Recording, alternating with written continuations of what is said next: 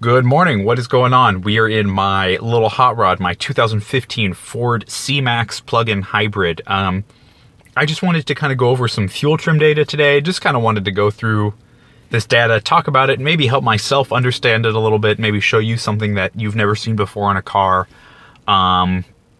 This is all going to be relevant to any sort of car that you have, any car within the last, 50 years. Jesus, I don't know about that. Any car you drive today, or one, even built in the last 30 years, is going to have this fuel control system. It's going to have a catalytic converter, which is going to help burn unburned hydrocarbons that come out of the exhaust in your car. It is going to have an oxygen sensor that's going to help adjust. It's going to measure literally what it says. It's going to measure the oxygen in the exhaust gas that is coming out of the engine.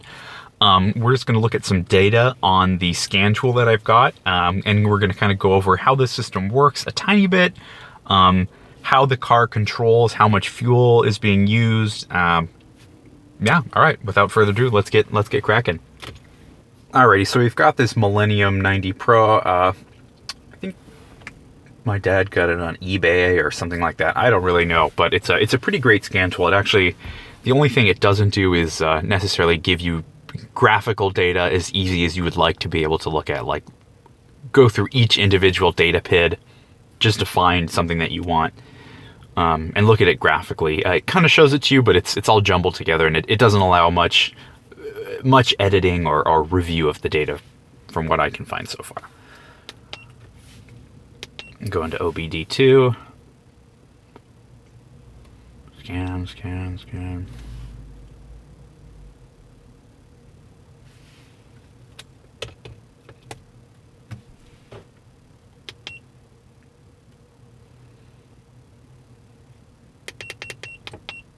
Data. We're not going to have any codes. The car's been running fine. There's going to be no check engine lights or anything.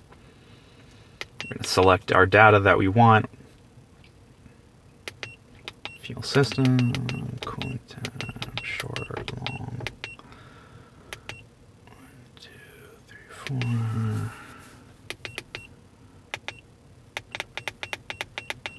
5.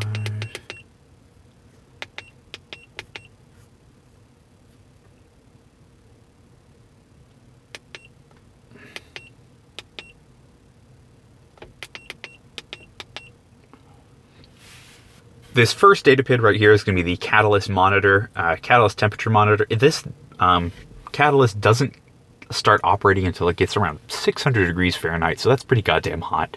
The exhaust gas coming out of the engine is like 1300 degrees, so it gets hot pretty darn quick, but it takes a minute or so.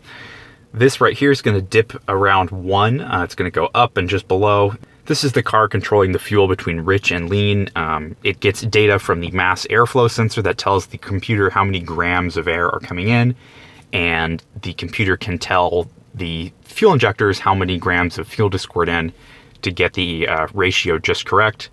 And this is the feedback from the oxygen sensor that tells the computer if it needs to adjust that ratio, fine tune it a little bit more, squirt a little bit more fuel in, pull a little bit of fuel out. And this doesn't start working until this gets around 600 degrees. So they kind of all, this fuel control system all works around the catalytic converter and oxygen sensor.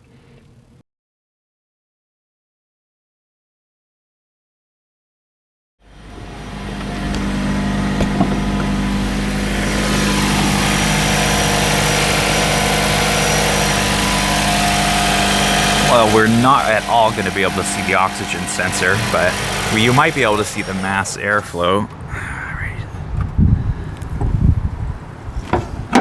Alright. Mass airflow. Alright. The air intake is right here. Goes through here.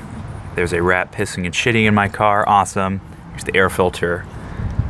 Yeah, it might be somewhere right down in here. Yeah, here's the throttle body.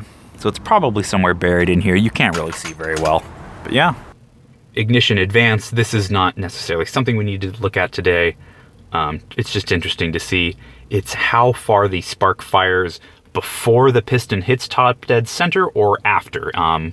You're going to find that if it fires before, you're going to get more power, more torque out of the engine. but you're going to increase cylinder temps, and you run a risk of pre-ignition, or the fuel detonating before the spark ignites it all, and that can damage engines. So the